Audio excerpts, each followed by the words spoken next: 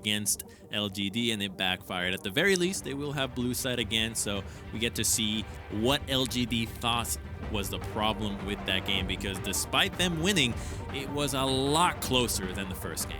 Yeah, and once again, we'll keep the same sides here, so I imagine the draft is going to look very similar. Oriana Syndra banned away from Shie, Set banned away from Tally.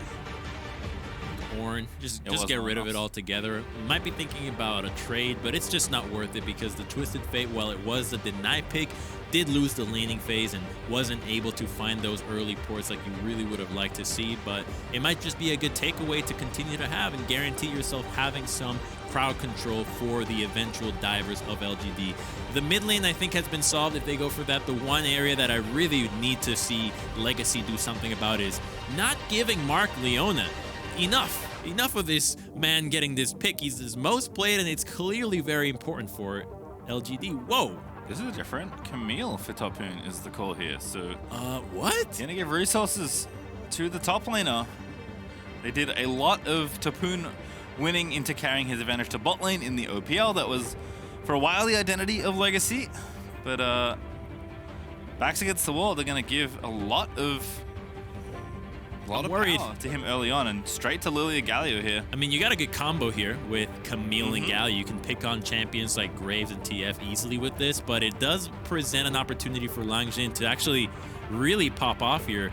Being a split pusher against a Twisted Fate is really difficult. Yeah, you've got the Galio, but if TF is going to have priority in this matchup the whole time, as we've already seen before, it gets really tricky for Camille to be able to play those side lanes like she normally wants to. And instead, they're just going to lock in the top lane matchup that they want thus far. We've seen Langjin take a variety of different picks against the Camille. We've even seen them try the Jax. The Volibear is one that is a bit of an LPL special. Some people love it, some people hate it. At the very least, you're going to be able to shove the wave and potentially tower dive with Twisted Fate. Drop air against the Australian team. A bold strategy from Longxing. We'll see if it pays off.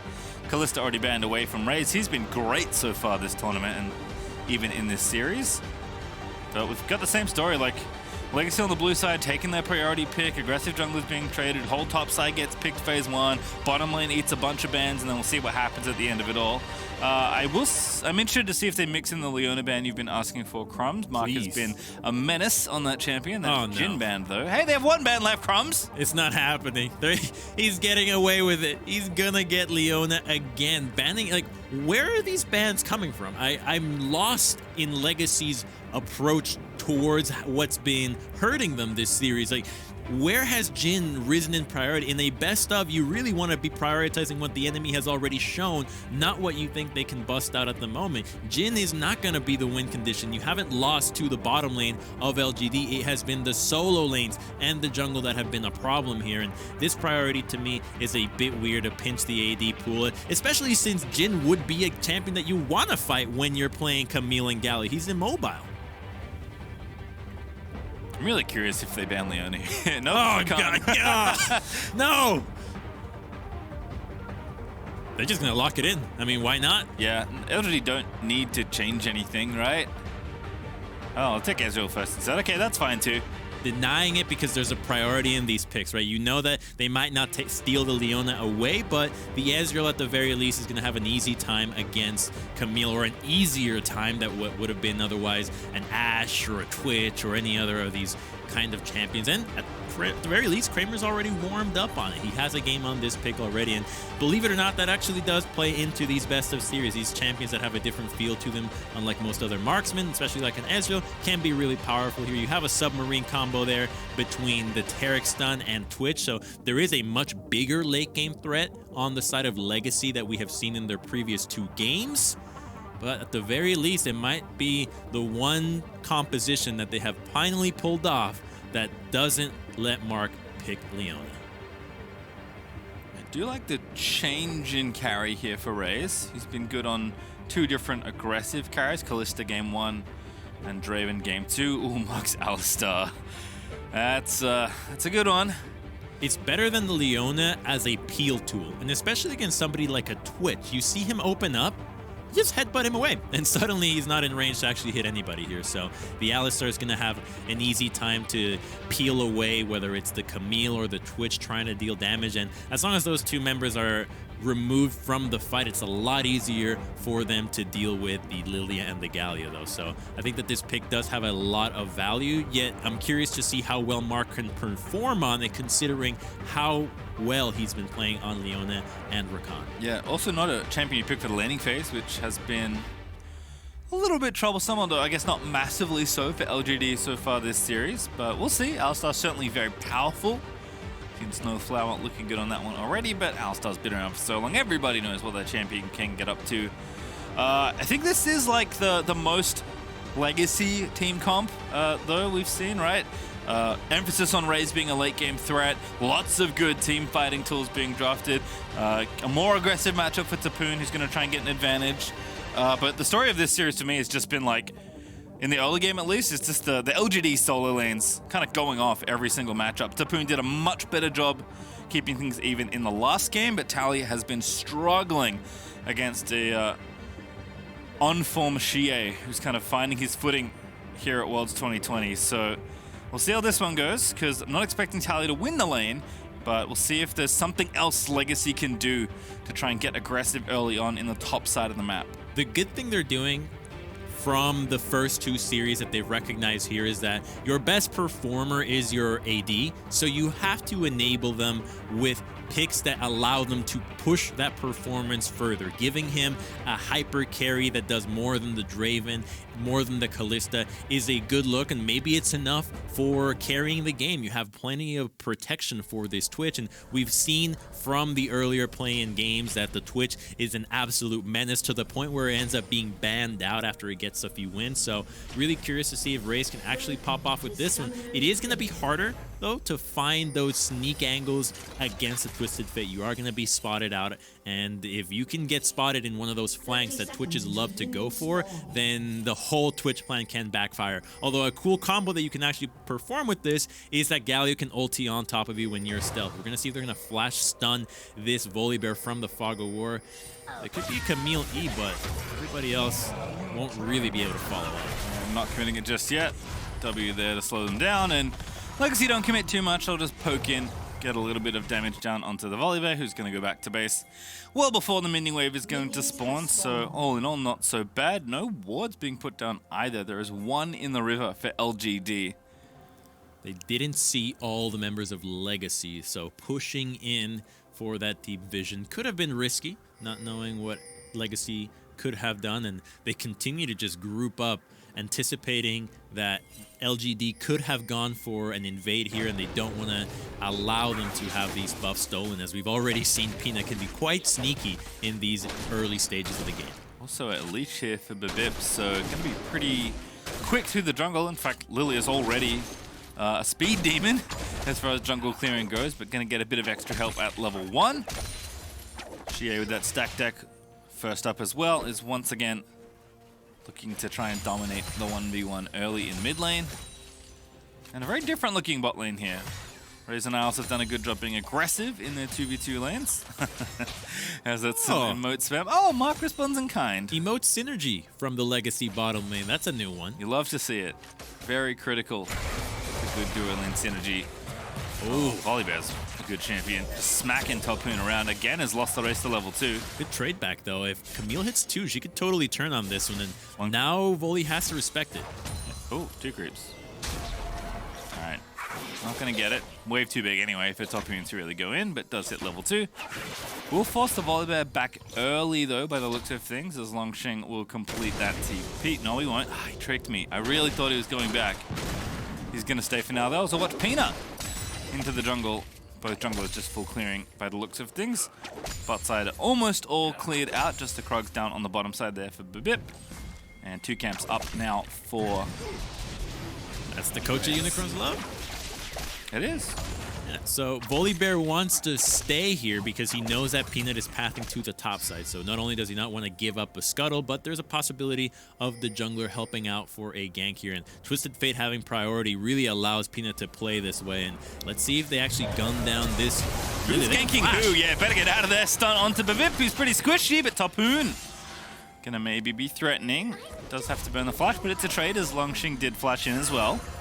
It's a big deal, Pastry. Now Graves gets this camp, knows that Lilia is so far away from the second scuttle, and your bot lane's already pushed in. You do have your red side jungle camps available, so Peanut can prioritize getting those killed in order to have those levels increase, and it looks like that just might be a single camp take for him and pathing down to the bottom side. You really don't want to miss out on what your laners are giving you right now. Shoving in these lanes and getting Lilia away from these crabs is a pretty good early start for your Graves. Crab dominance is always a great sign of a strong early game. Yeah, Peanut gonna get both crabs as well. This is what every jungler loves, Crumbs. Gonna take both the scuttle crabs away. Peanut even gonna walk into the enemy jungle, shoot down the plant, and straight to the Raptors he goes. We love crabs, and what we love beyond crabs is actually having your team collapse to help you get the crab and get a kill on top of it. So we always want a little bit more out of that, more out of your team for it. And wait, Camille's in trouble. Yeah, Volibear just autoing away. Topoon getting hit. Hasn't gone back yet either. Ooh, big bite there from the Volibear. Topoon again, trading back. Maybe burns through this biscuit, hangs around.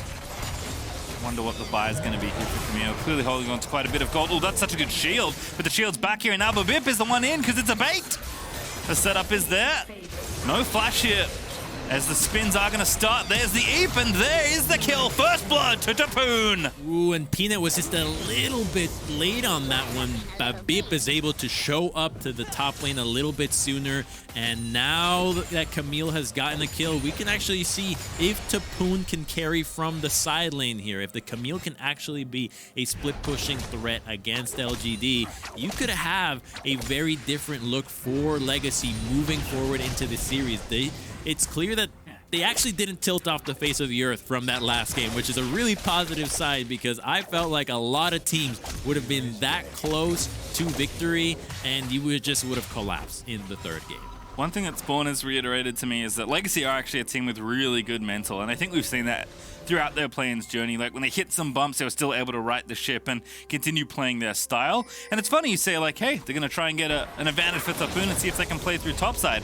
Well, if this was an OPL game, Crumbs, this would be going all to game plan because this is what they did so often in their domestic region. Now, unfortunately, very different opponent here, very different stage, but Topoon often got ahead and then they carried that advantage down the bottom lane, and hey, raises on a late game carry here on the Twitch. So pretty good champion to try and get ahead in this mid game with your Camille. So we'll see, still very early days, but the first blood is nice, and Topoon with that Sheen is going to try and get aggressive in the 1v1. And the danger here of the Volibear and why I think the Camille can get ahead is that Volibear ends up just proccing his passive on the wave and really can't help himself but shove. And if you're shoved in against the Camille, that's just a free hook shot into ultimate that just sits you there for Lilia to beat you down with her branch, and you just get killed over and over. So despite your ultimate, we've already seen how that interaction works. Camille ultimate keeps you trapped. You can't jump out of it. Well, Dragon here over for LGD. Peanut hits level 6. Babip, it's actually 6 already, so had a slight XP lead. That's going to be mostly erased now, as Longxing also doing some jungling of his own. Decides that the Scuttle Crab is delicious enough that he wants it, and we'll claim it there. Bottom lane has been much more tame this time around, which I think we should expect in Twitch versus Ezreal.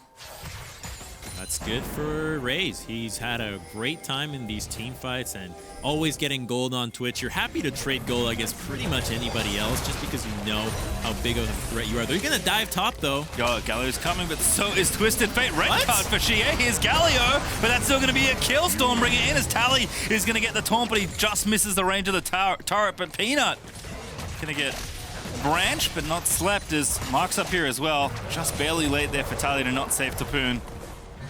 I was surprised there. That was a Twisted Fate red card gank there, but they still have enough damage with all the members there to actually take down the Camille. Volibear was able to shove in, and that's why I thought that this lane could be a good place to focus for the top lane of Legacy, yet LGD just had more members and were quicker to the punch there. Legacy really wasn't thinking that they were going to counter-engage on the advantage that they already got on Camille.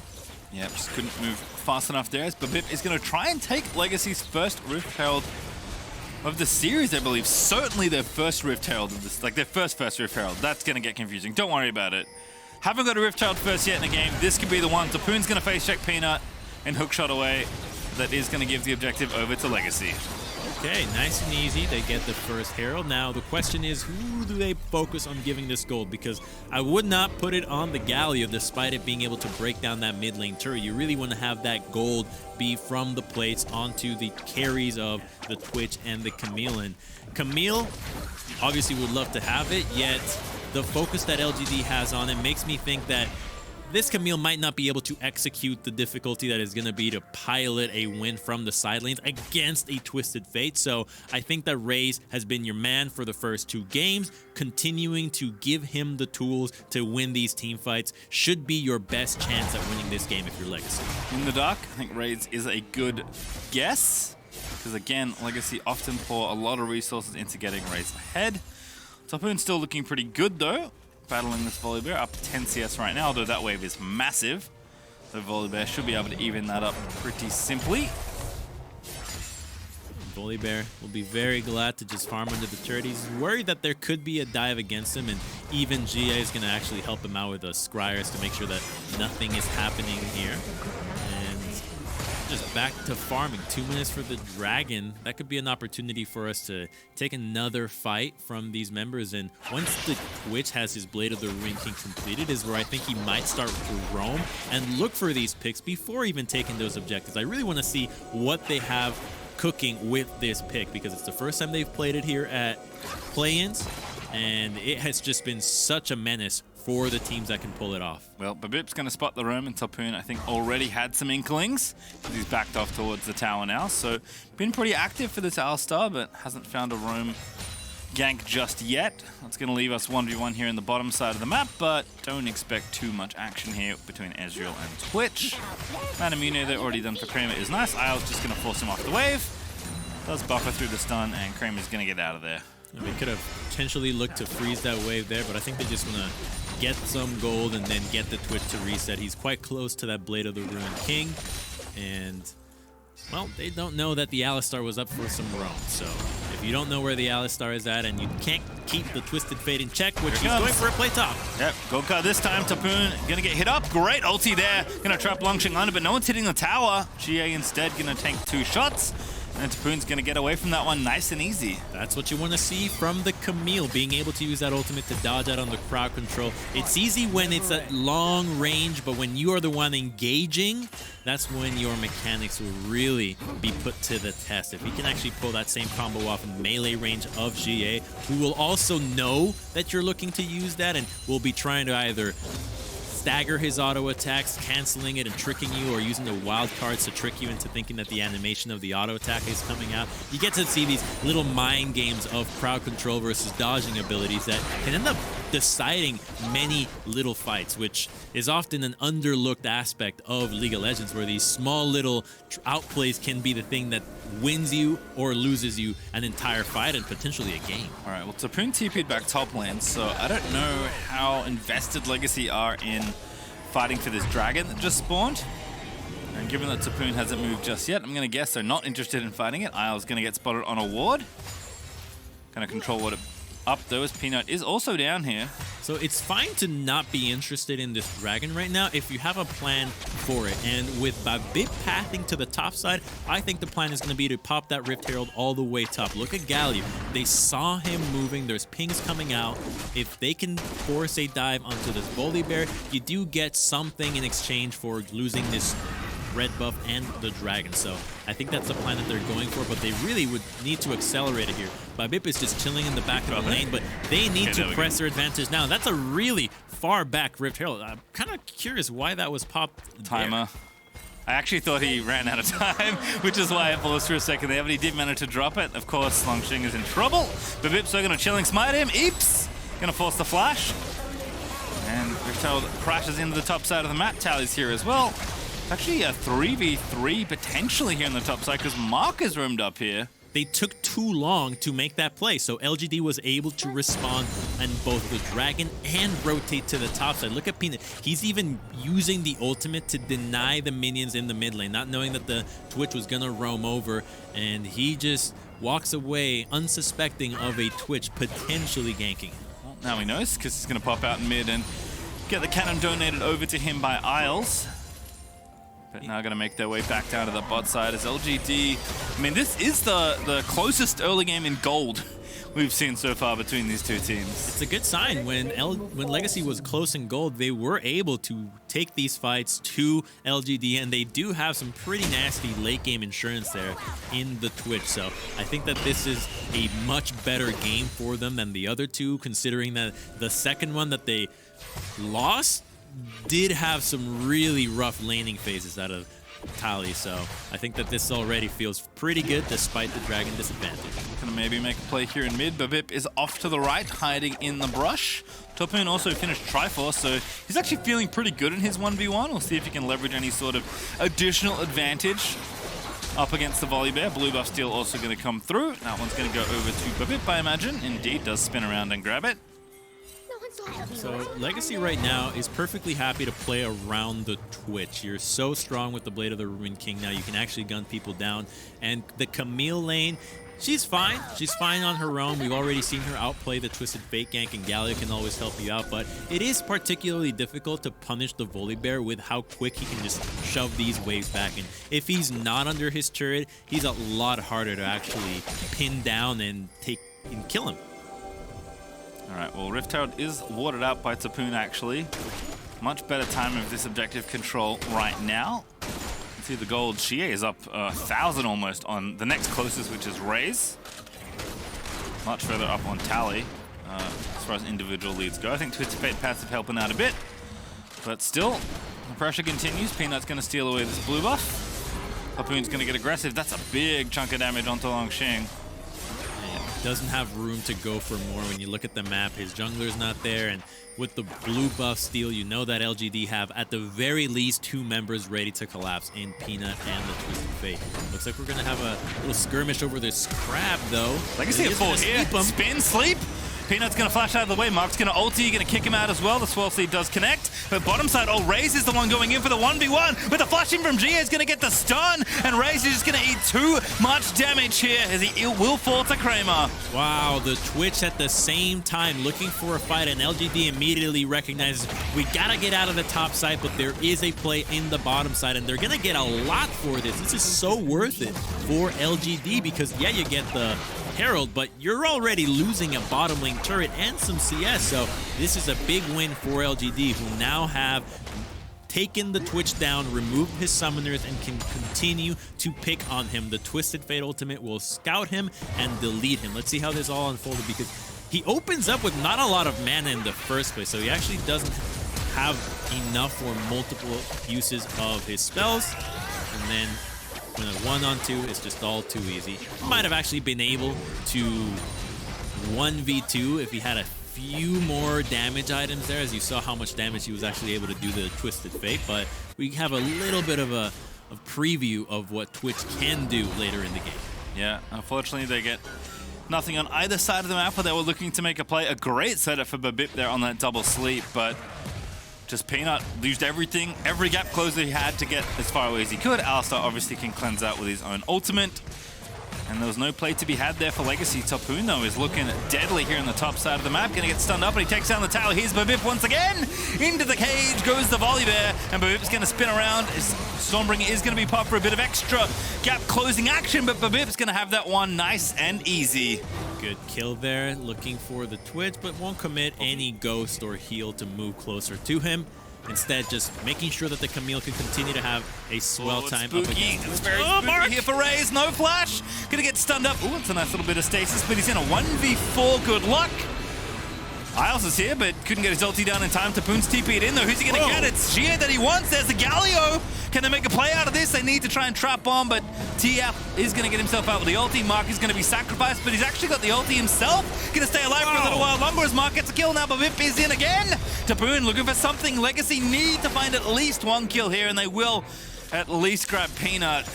That was a pretty cheeky play out of the Mark, actually, with the headbutt over and then comboing on that side. But we do get to see where LGD can continue to strike despite the Volibear having gone down the Twitch. They knew he had no summoners, so continuing to focus this lane was a good idea in the first place. Now Camille has red buff, and it looks like this is going to be a game where Tapoon will have to put the team on his back. Someone that hasn't been doing that for this team in the first 2 games, really been relegated to tank duty. Now, let's see if the Camille can actually pop off. Yep, it's his game to carry at this juncture.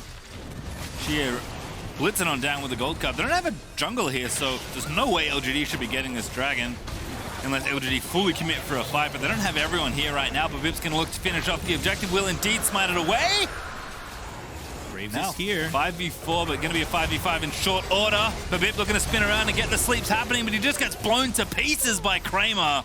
Oh, they had no summoners there, so LGD had no problem just biding their time, knowing that the rest of the team was going to collapse and they were going to get some kills. So yeah, you get the dragon and deny the Cloud Soul point, yet you're now giving up control of the red side, you're losing camps, and so LGD continue to get more and more out of this game. Even mid lane turret will go down for that objective. So yeah, you deny that dragon, but this doesn't feel like a worth.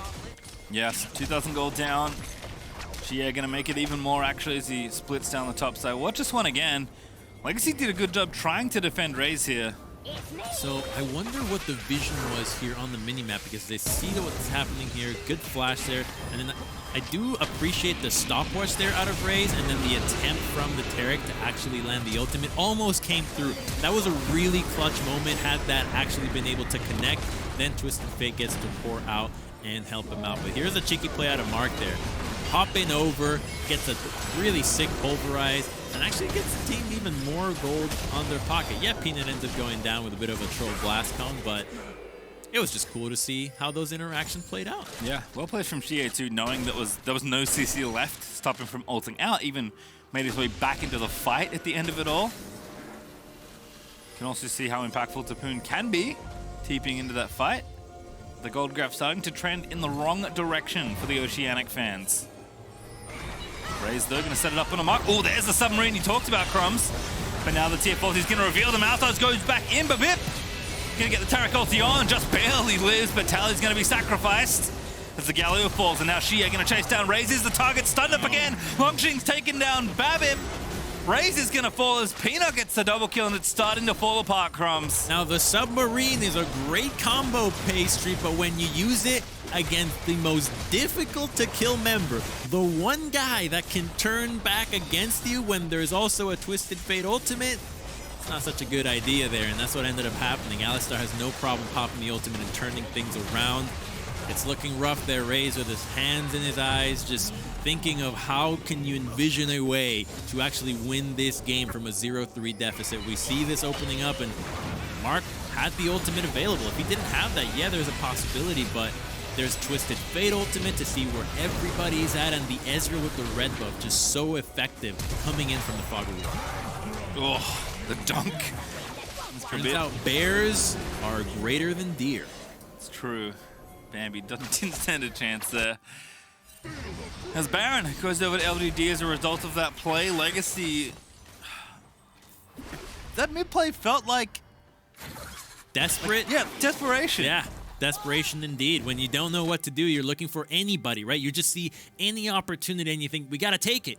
It just so happens that Alistar is not the guy. This is why I always mention this about Alistar. He's so hard to pick. So when you have somebody that is actually potentially dying quite a bit and getting caught off, and you're looking to play against a team that is looking for those picks of members being caught out by themselves, Alistar just completely denies that. Now you're looking to kill 4 members instead of 5, and that's a big decrease in the plays that you can look for. That's a 20% decrease in your chances of finding a guy by himself that you can actually kill. And now 6,600 gold, make it more. About 7k as LGD still going, a minute 35 left on this Baron to knock down more towers. Ulti is going to spot somebody who's the target. It is, of course, Raze. No. See you later, Sunshine, and she going to grab that one. Picking on Twitch, they know that he's the one that will carry this game if Legacy is to overcome it. They're losing even more on the map. It's only 22 minutes in, but so far this game just blew wide open. Tapoon is just giving up on defending the base because can't really do it. Going to keep splitting here as best he can, but now going to be forced to TP back in. LGD have already taken 2 inhibs. They've got a minute left on this Baron, and they're knocking down Nexus towers. This right one is dead. Legacy have to make a play now. God, a single Nexus turret. Yeah, committing for more feels a bit risky there. You've already used so many resources for all those kills. Legacy have reset. They have enough in their pockets, so just backing off and getting the dragon is a fine idea out of LGD. Let's see if they make the same blunder that Legacy had in that last game where they had the double inhibitors and forced a fight that they had no business in doing, because what we were saying out of that last game was this double inhib position is essentially checkmate for a lot of the teams. So we're going to look at the pick onto the Twitch. Where did they even catch sight of him? Because I think it was only the Twisted Fate ultimate that's... Oh, there it is. Wow, just from that little glimpse, they instantly pop it and kill him. All right, Legacy going for a fight. They know they have to do something here. Mark going to be the target again, but Tapoon's found Kramer. That's the real prize. Galio going to charge in, gets 2.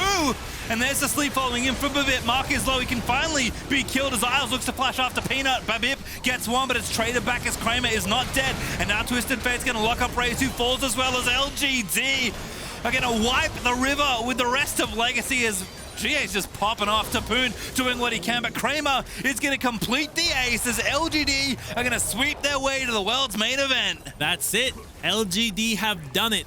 Legacy tried to get the fight that they wanted, but the combo of Galio and Camille was a little too late. The Ezreal was already too tanky, and they can just take their bow as they 3-0 Legacy Esports. They have all the different LPL team icons equipped. That's awesome. And LGD, I kind of get why, because they're going to be the 4th team to represent the LPL at the World's main event as LGD complete their sweep and push onwards at Worlds 2020. And this is something that a lot of teams are grateful to have at this point, which is that you get to warm up in the plains. You get quite a few games to recognize what you're good at, what you're not executing on, what the meta is like, and now LGD, what people thought was going to be a team that was struggling to find the right way of playing the game, the way that they performed best, well, they've got plenty of games under their belt to now have recognized it and be a real contender.